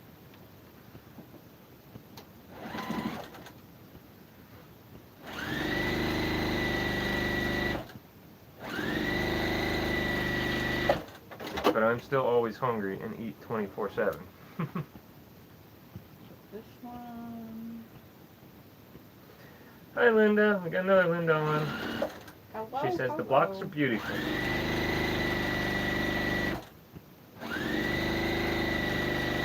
So you can see I sewed them all into 2s, but now I'm just hooking them together the rest of the way around. Do you want me to start ironing those ones too? No, because I haven't snipped them. What? The blocks. These? Yes. No, those are for that pile, for the Okay. secondary project. Okay. I only needed 8. Okay. Just making sure that I shouldn't be doing something.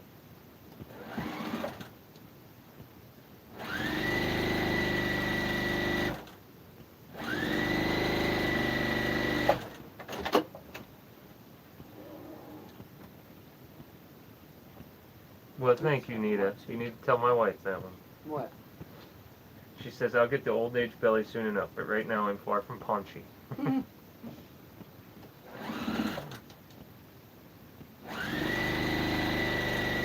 You guys would be surprised. I have a gut every day. I look like I'm pregnant by the time the end of the day rolls around because of everything that I eat and all my problems with my belly. It just grows and grows. That's why I wear loose, baggy clothes all the time. You guys always wonder why I'm always in pajamas and they're so oversized looking. It's because I have gut issues and, you know, it's weird every single day. And I've had it in the past. I've gotten so bloated. Ask Scott, we've gone out and people, how far along are you? I'm not pregnant. Oh, you sure? You look so cute. Pregnant? No, I'm not pregnant. Trust me. And then there was the one time that I did get really mad that someone's, oh, how far along? That's so cute. And I said, I'm not pregnant. I'm full of shit. That's exactly what I told her. And she looked at me like, why would you say that? That's so horrible. Okay. Every single day. Same thing. The lighter side of things, Linda wants to know, have you made other blocks? Other blocks of what? Dresden blocks? Yeah, I don't think she No, saw your I'm blocks. on block 3 now.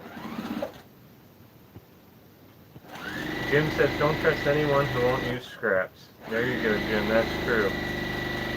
And yes, Nita, I tell Tiff every day she needs to gain some weight. She doesn't believe it. She says she's getting too big. I don't listen to anybody. For my body size, at least. I'm a small person. You guys don't realize I'm really tiny.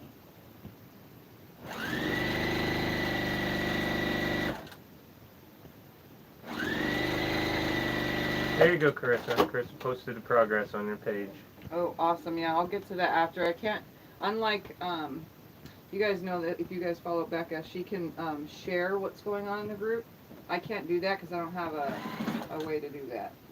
I mean, I can hold the phone up to the screen, I guess. But I don't use the program to share my screen.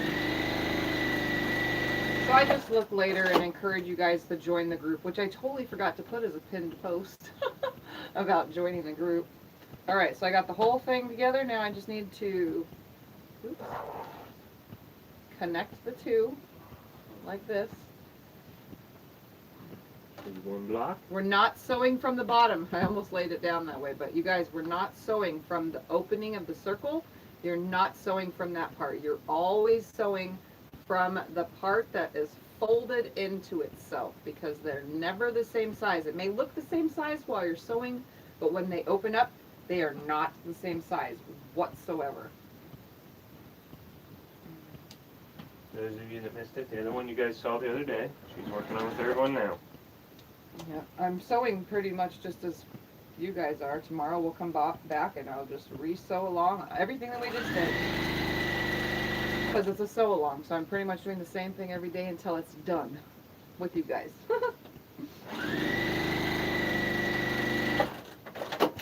Alright, so now I have one more Dresden blade that needs to be pressed. And you can see just by looking at it, look, if you try to hold it straight, you can see it has a big chunk of whatever.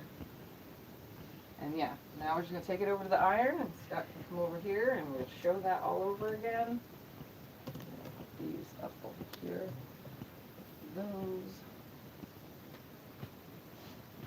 So I'm just going to lay my Dresden down with my wrong side up to start. And all I'm going to do is press these seams to the one side first.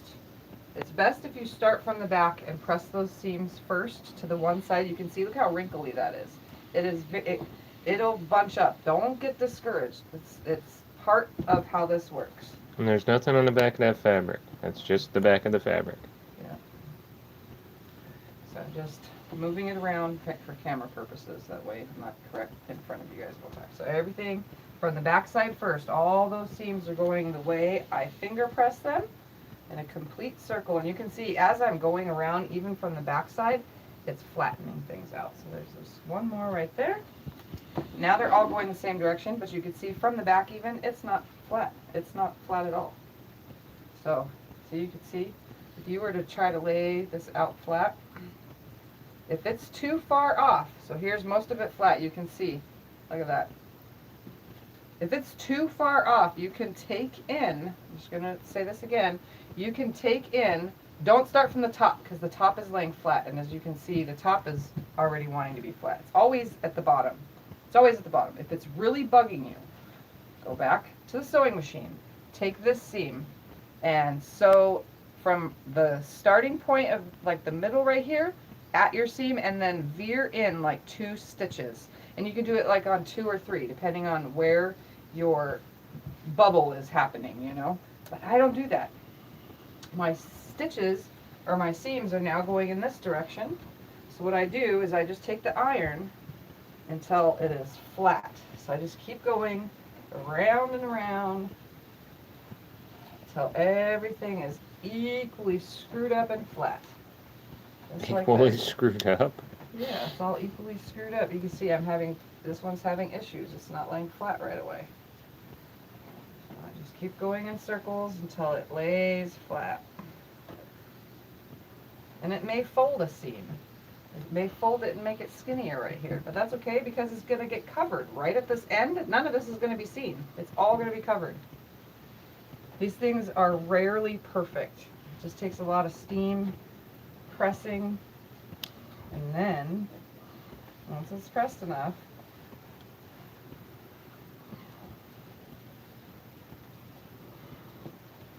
see, I'm having a struggle right there with that. Keep pushing it up. Just hold the iron on it. Going with the direction of the way all my seams are pressed. Over and over. And there we have now a nice flat Dresden, as flat as it's going to get. So there we have it. Now we're just going to grab our background, which is a 24-inch square, and lay it right here on the ironing board. And remember, if you want to line it up perfectly, just go ahead and fold it in half this way. Make That a was crease funny, right Kim. here. I like that one. Make a crease right here, like that, so you have your centers, and then fold it in half like this. Line that up nicely, and use the iron to press a little seam, or a little registration mark right there. So now I have 4 registration marks, just like that. So you can see, then we're going to take my block, and again, I'm going to say it one more time. You can line this up, this to this, right here, and this point right there to this point right here. You can put your points on the tips, but you will seem losing your fancy Dresden. I like the one turn, like this, to where the V is on my registration mark. All the way around. So that V's on that one's on that one, and that one's on this one. So there it is, laid nicely on there. And just because the heating up of the fabric helps everything together lay nice and flat, we're just gonna iron it where it sits nicely. And we're gonna leave it right here on the ironing board, and we're going to take our circle now that we cut, and you can come to the machine so they can see this. All right, so we drew the circle out, right, from the thing. We're gonna lay this on here, and I'm gonna sew not on the circle. I'm gonna sew a 1/4 inch away from that circle, even though I cut this funky. And we're gonna put rough side to pretty side. I'm actually gonna put it about right here so that flower kind of ends up in this. And not Oh, yeah, there you go. directly on it, because I be right on this edge. So some of it's gonna catch. Not gonna work right, but Sewing in a circle, huh? I never knew you could sew in a all the circle. way around, just holding it and sewing. That side is not gonna match, but whatever. This circle is gonna be way smaller. That's not gonna fold under. I have to sew on it. Should have just redrew it on a better piece. So this one's going to be smaller, but that's fine because they're all different. I'm going to get that area right there. She will like it. Don't worry. Okay. Sewn on all the way around. We're going to cut this excess away. Just right here, all the way around.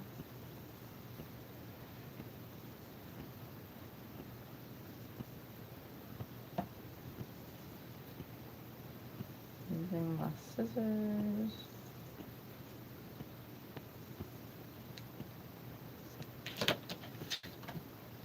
We're going to separate it, pull those fabrics away. You don't want that fabric touching your interfacing.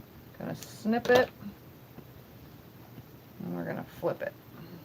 So this little center circle is going to be smaller than some of them, but like I said, they're all going to be different sizes anyway because I'm not really caring how they end up. I'm just going to use my fingernails first, or fingers, to push this all the way around. I didn't snip around the edge because if you guys saw in the video just now, I cut so close to the edge already.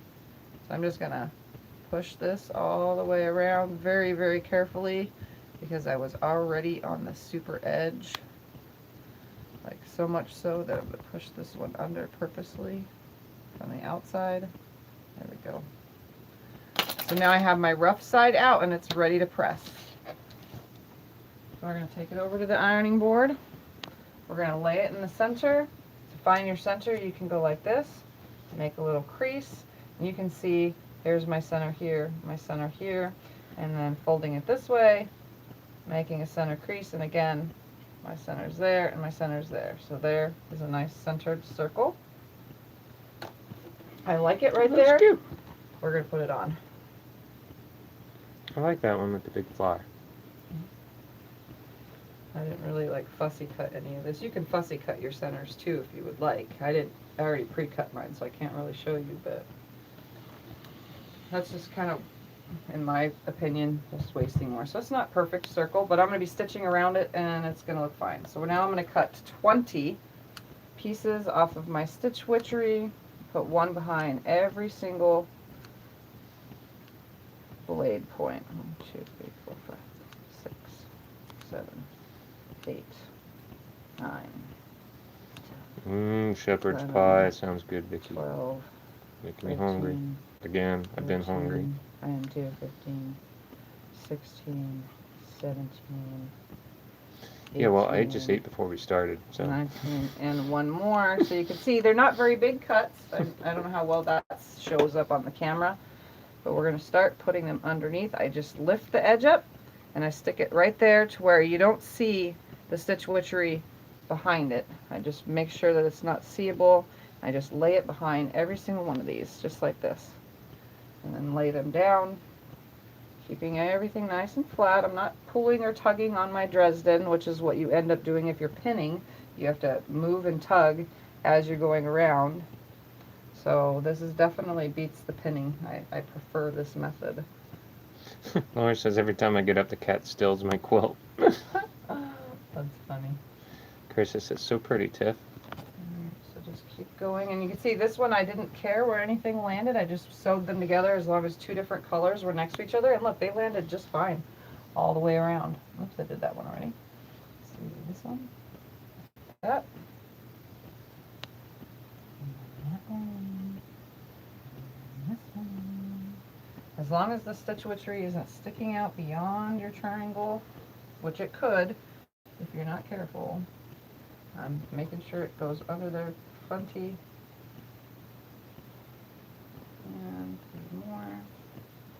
It just goes under like this. And this just 100% replaces needing to pin, because I didn't want all those blocks pre-pinned, since I'm making all my blocks and then setting them aside, and then we'll get to sewing them. So from the center out, in case anything got wrinkled, from the center out, I'm just going to iron all of my stitch witchery down. You just need to hold it for a few seconds.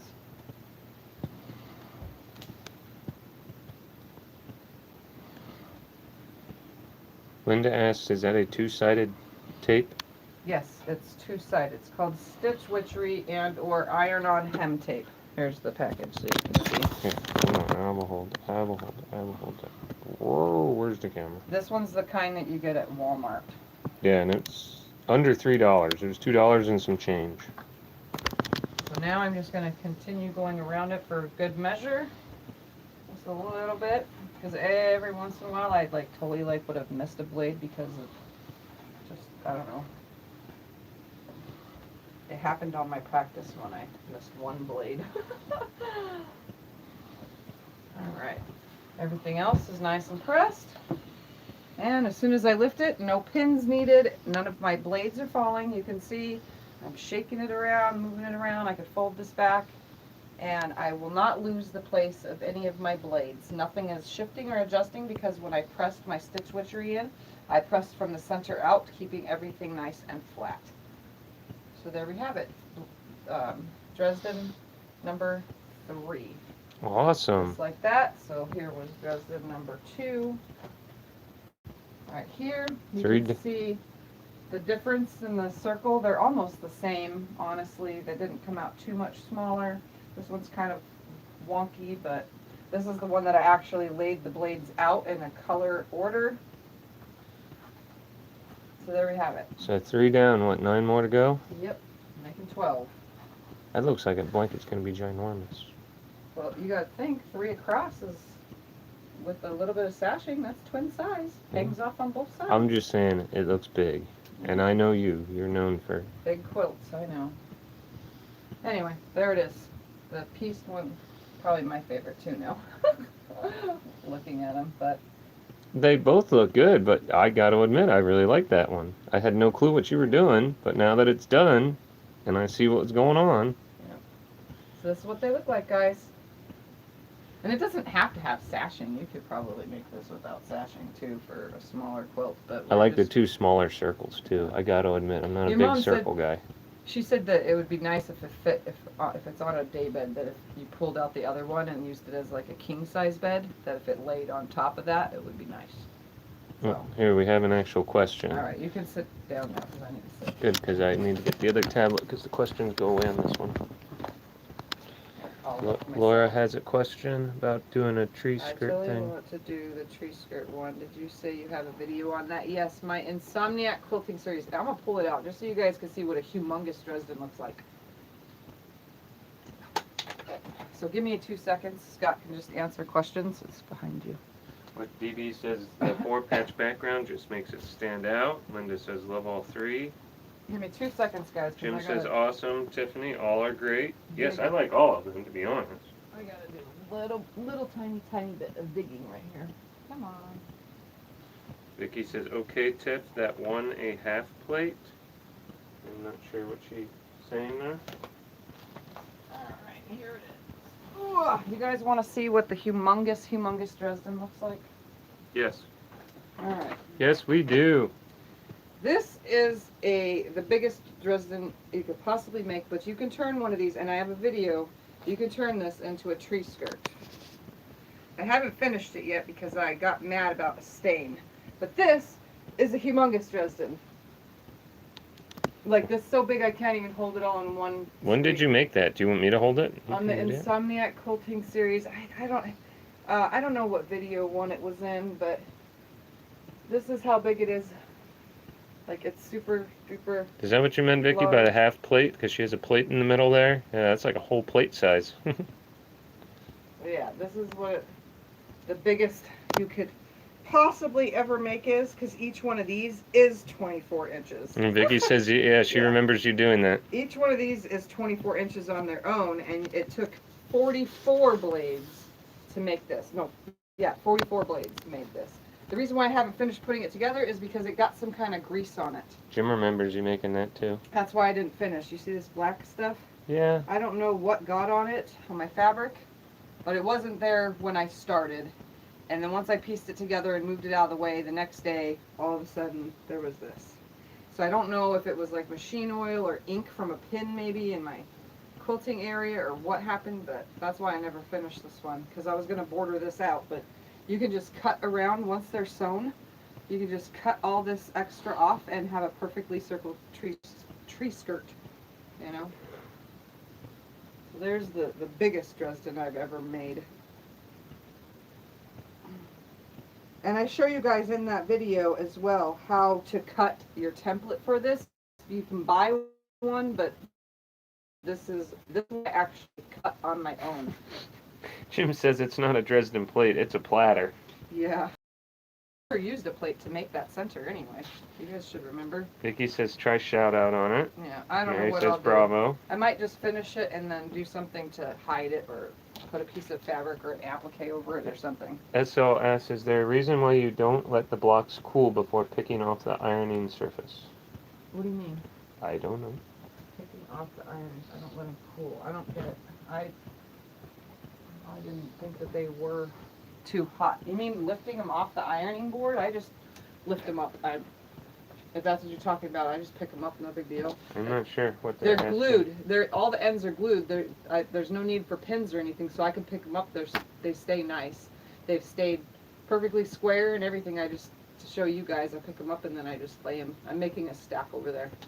Is what I'm gonna do. Teresa asks, Tiffany, did you make your own template for the big one? Yes, I did, and that's in that video. It's like Insomniac Quilting series. There's a whole series. There's like 44 videos, I think, or something like that. I think video like 6 maybe, somewhere around there. I made that and I show you guys. It starts in video 6. There's like 3. They're not named. Those videos are episode 1 through whatever I'm at now. That way you have to watch them all to find out. That was my goal, was to get people to watch them to find out what's in the video. So. I like Kim's idea. She says applique something over the stains. Yeah. Nita says use alcohol if it's ink, Dawn if it's grease. Yeah, I don't know what it is, so it's on there. And it's been on there this whole time since I made that video. So. Oh yeah, Jim says some people say to let your blocks cool before moving. I guess that's what they were asking earlier. I never do. We didn't pick know everything that up right away. I've never had a problem with anything while they're still warm, I guess. It's never messed anything up picking them all up. I mean, you guys see me work all the time, so. And I'm always in a hurry because I try to keep my videos shorter, so. Hi, Darlene. You guys, they're still laying flat, if that helps, without, worrying about anything. All right, I am going to get off of here because it is now time for me to eat. It is right before 1. That gives me a perfectly 2-hour long video. It's also soon nappy time. And it's soon nappy time because I need a nap and other things. But I need to eat first and see how I feel. So, yeah, maybe watch a movie or something. I need to eat. So, thank you guys for hanging out for video 2. Tomorrow I will be back at 11 a.m. my time. That's Arizona time. That's Mountain Standard Time. And right now, while the time is what the time is Pacific Standard Time. Or Pacific Coast. I don't know. It's Pacific Standard it's called, I think. Anyway. So, tomorrow, 11 a.m. my time, which is whatever you guys are times. Just look at your clock right now and you'll know. Yeah, it's 1 o'clock here now. And we will now. just continue on, and I will repeat everything I've said this whole entire time until the whole entire project is done, because we're sewing together. So, the only thing that I'm advancing on is I'm going to finish sewing my Dresden blades if I sit in here later, and then trimming off my corners, flipping them, and making my stacks like this. So tomorrow we'll go over cutting the 4-patch ones, because I think we're just going to continuously finish cutting up the rest of that 6 yards into 24-inch squares, and then cutting the leftover pieces on the ends. That way they can go with the 4 blocks that we're making from the fat quarters as well. So, whew! Alright guys, thank you for watching, and don't forget to subscribe if you do, like. Also, share in the group. In the description below every video there's a link to the Facebook group, Answer 3 Questions. Join that so you can share your sew along photos. So, see you guys tomorrow. Bye. Bye, everyone.